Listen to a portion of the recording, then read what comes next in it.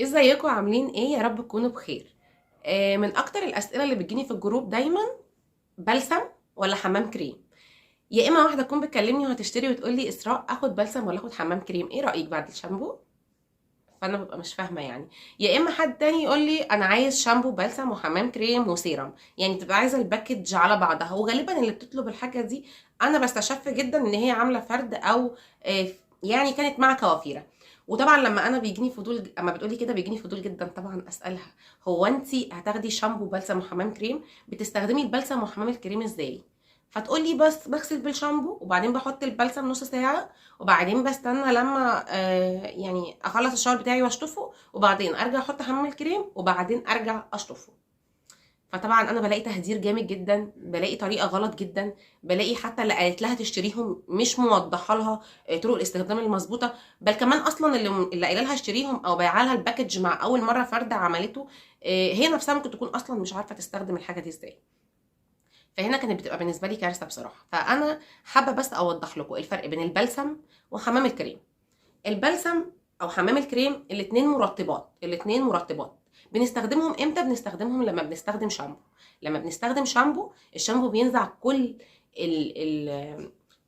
الحاجات الدهنيه اللي بتفرزها الجدر بتاع البصيله عشان تحافظ على انسيابيه الشعرايه. فاحنا لما بنغسل بالشامبو، الشامبو بيعمل تنظيف، وطبعا التنظيف ده يعني ازاله للمواد الدهنيه اللي بيعتمد عليها شعرنا في اخراجها من نفسه، اللي هي زي الكرياتين زي البروتين وخلافه من اي دهون. تمام. لما بنغسل بالشامبو، الشامبو بيعمل شويه مهما كان نوعه، مهما كان نوع الشامبو المستخدم، مهما كان هو نظيف، مهما كان هو بفلوس غاليه جدا، مهما كان هو مستورد، لازم بيسبب نوع من انواع الجفاف، اللي هو شعر ناشف شويه.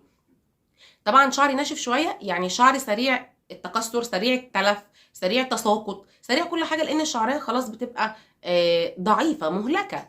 فاحنا بنحط البلسم او الشامبو عشان نعوض جزء من الترطيب اللي الشعر بيفقده. طيب امتى استخدم بلسم، امتى استخدم كريم، امتى استخدم الاثنين وازاي؟ بستخدم بلسم في حاله ان الشعرايه تكون دهنيه، لان البلسم ده فيه ماده دهنيه اللي هي ماده اللانولين. اللانولين، الاتنين بيحتووا على نفس الماده ديت. الماده ديت بتستخرج من صوف الاغنام، بتستخرج من صوف الاغنام. بتتحط بنسبه مش كبيره في البلسم، وبتتحط بنسبه اتقل شويه في حمام الكريم. طيب لما بيكون الشعرايه دهنيه يعني بتفرز دهون كتير، فاحنا بنستخدم لها بلسم. لما تكون الشعرايه دهنيه بنستخدم لها بلسم. او لما بتكون الشعرايه ناعمه، يعني بتبقى دهنيه بتفرز دهون، اللي هي بتبقى دي كده اسمها دهنيه. وفي نوع تاني اللي هو الشعرايه العاديه، اللي هي شعرايه ناعمه عاديه، ولا هي بتفرز باوفر، ولا هي مثلا جافه، او هي كيرلي او ويفي او خلافه. خلاص، فهنا احنا بنستخدم البلسم. طب البلسم نتائجه بنشوفها امتى؟ بنشوفها مع الاستمراريه، يعني بنشوفها على المدى البعيد، يعني بعد مره واثنين وثلاثه واربعه، واستمراريه مثلا لمده شهر وشهر ونص وخلافه. البلسم بيتحط على الشعر 5 دقايق وبعدين يشطف. طيب نروح بقى لحمام الكريم. فحمام الكريم بيبقى ترطيب عميق بشكل اكبر، وكمان بينفع ان احنا نسيبه على شعرنا من ربع لنص ساعه. بيستخدم مع حراره، يعني مع بروكاب او فوطه سخنه تحطي راسك فيها، فهو بيديكي ترطيب عميق. امتى بنستخدمه؟ لما بيكون الشعريه تلفه، او بتتكوي وتستشور كتير، او الشعرايه جافه فبتحتاج ترطيب عميق، او الشعر اللي هو الجاف اللي هو الناشف، اللي هو عامل زي من اول الويفي وانت طالعه، يعني ويفي بدرجات الكيرلي بقى كلها لحد الشعر الافريقي. تمام. طيب اسراء، انا عندي الشعر بتاعي كله ما عنديش فيه مشاكل، بس انا شعري تلفان، شعري حاساه مرهق، شعري تعبان. في الحاله دي انا بستخدم الحمام الكريم دوت مره، حتى لو انا بستخدم بلسم بستخدمه مره كل اسبوع. طب بستخدمه ازاي؟ بستخدمه كحمام كريم، يعني شعري يكون مبلول ادهنه من حمام الكريم، اعمل له حمام فوطه سخنه او بروكاب، وبعد كده اسيبه نص ساعه وبعد كده اشطفه. هنا شعري بياخد ترطيبه عميقه، بتبقى مره واحده في الاسبوع، بتبقى مره واحده في الاسبوع.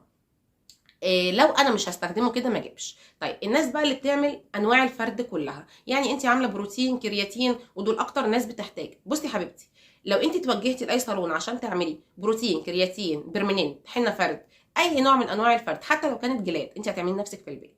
في الحاله دي لازم تبقي مدركه او تكوني على درايه كامله ان انت عندك شعرايه محنطه، شعرايه محنطه مفتقده كل حاجه. يعني ايه محنطه؟ يعني شعرايه متغلفه بماده الفرد، الماده دي هتخليها مش هتسمح لها بدخول اي حاجه تانية. يعني الشعرايه دي عامله زي الزرع، المفروض بيوصل لها غذاء، وبيوصل لها بيوصل لها هواء، بيوصل لها اكسجين، بيوصل لها غذاء من جسمك الداخلي. الشعرايه بمجرد ما انت بتحطي عليها ماده الفرد، الجزء اللي اتفرد بيتوقف تماما عن انه يقوم باي وظيفه ليه، بيتوقف تماما عن انه يقوم باي وظيفه ليه.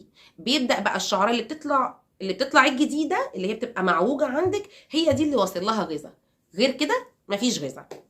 طيب الشعريه بقى اللي مفروده بتتعرض لايه؟ ممكن تتعرض للتكسير لانها ناشفه جدا جافه، مش واصل لها اي نوع من انواع التغذيه، فهي تتعرض للتقصيف من تحت، تتعرض للتساقط، تتعرض للتكسير يعني تبقى مقصفه.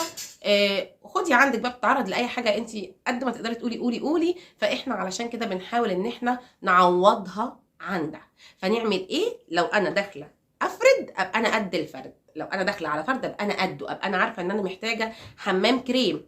يعني انا هحتاج مره كل اسبوع، مفيش حاجه اسمها اصل انا كسلانه، اصل انا تعبانه، اصل انا مش قادره. انا محتاجه كل اسبوع احافظ على الشعرايه المفروده ديت باني ارطبها عشان تبقى لاستيك كده، يعني تبقى تاخد وتدي معايا، واحافظ عليها فتره اطول. هي كده كده اوريدي هتبوظ، مش عايزه اقفلكم، ولكن لان هي اوريدي بايظه، ولكن انا بديها عمر اطول شويه. خلاص. طيب يبقى انا هستخدم بلسم بعد الشامبو، وطبعا هعرفكم في اللايف جاي، في فيديو جاي ان شاء الله هعرفكم ازاي تستخدموا تختاروا الشامبو بتاعكم. ومفيش حاجه اسمها استخدم شامبو زيرو سلفيت دي خالص، لان الزيرو سلفيت دي يعني انا ما بنضفش شعري. مبدئيا انا كده خرجت بره موضوع الفيديو، ولكن انا بديكم باختصار، فمعلش. فانا كده هستخدم شامبو، بعد الشامبو هستخدم البلسم. خلاص. لازم مره في الاسبوع، لازم مره في الاسبوع احط على شعري حمام الكريم من غير شامبو، من غير حاجه خالص. انا في يوم جميل كده هاجي اقسم شعري نصين في وسط الاسبوع، واروح بلة الجنب ده وبلة الجنب ده، انزل عليه بحمام الكريم، وبعدين اعمل له حمام فوطه سخنه واشطفه من غير ما اعرضه للشامبو مره تانية. كفايه المره الاولانيه اللي احنا استخدمنا البلسم بعديها. خلاص. دي الحاله الوحيده اللي انا بقول فيها اشتروا فيها شامبو وبلسم وحمام كريم. غير كده انت بني ادمه طبيعيه، يبقى انت هتعرفي على طول. لو انت من الناس اللي بتعتني بشعرها وبتهتم، ممكن ان انت تجيبي الشامبو والبلسم قصدي وحمام الكريم يبقوا متوفرين عندك ادام انت عايزه تهتمي او حاسه ان شعريتك مجهده. انما لو انت واحده عادي جدا عايزه مجرد ترطيب بعد ال ال ال الشاور بتاعك بالشامبو، يبقى حضرتك هتشوفي نوع شعرك. لو شعرك انت دهني او شعرايه ناعمه هنجيب البلسم عادي جدا. لو شعرك مجعد ناشف او كيرلي او ويفي او افريقي بنجيب حمام الكريم، وهنعامله نفس معامله البلسم. يعني ما تقوليش هو انا لسه هحطه واعمل فوطه، عامليه نفس معامله البلسم، حطيه على شعرك لان ترسيبه بيكون اعمق. طيب انا عايزه بقى حمام الكريم وعايزه البلسم، بس معيش فلوس، معيش فلوس اجيب الاثنين، اعمل ايه؟ حلو قوي. هنجيب بلسم كويس، نوعه كويس محترم، مش لازم يبقى غالي، نوعه كويس، الشركه بتاعته كويسه، والترطيب فيه معقول. وبعد كده هنعمل احنا في البيت، هنعمل احنا في البيت لنفسينا الحمام الكريم. طب حمام الكريم باختصار، وهعمله لكم في فيديو جاي برضو عشان تبقوا شايفينه، بيتعمل من ايه؟ بيتعمل من ميه البلسم، بيتعمل من ماء البلسم، بيتعمل من زيت اللانولين انا لسه معايا ضايع خلاص. بيتعمل من زيت اللانولين، وهقول لكم هوفره لكم كمان عندي في الجروب للناس اللي مش عارفه تجيبه منين، وهقول لكم بيتجاب منين. وبيتعمل من شمع العسل. 3 مواد مهمين جدا رئيسيين جدا هيعملوا لك حته حمام كريم ما حصلش، هيضارب اي براند ممكن تتخيلي ان انت تحطي فيه فلوس، وهتبقي عاملاه في بيتك بايديكي. خلاص. ولو عايزه تحطي فيه زيوت تانية مغذيه حطي زي ما انت عايزه، وهعرفك ايه الزيوت اللي ممكن تستجاب مع الحمام كريم اللي هتعمليه في بيتك. فهنا هنبقى عارفين ان انت هتشتري البلسم عشان هو عنصر مهم ومن الثوابت، وبعد كده نبقى نعمل منه حمام الكريم لو مش قادره تشتري الاثنين. انا اتشرفت بيكم جدا، واتمنى تكون المعلومه فيكم وصلت. ولو عندك اي سؤال حطولي في التعليقات وهرد عليه، وهيشرفني جدا انضمامك في الجروب. وما تنسيش تعملي اللايك والشير والاشتراك في القناه عشان يوصلك كل فيديو بننزله، واستنيني في الفيديو الجاي ان شاء الله. باي باي.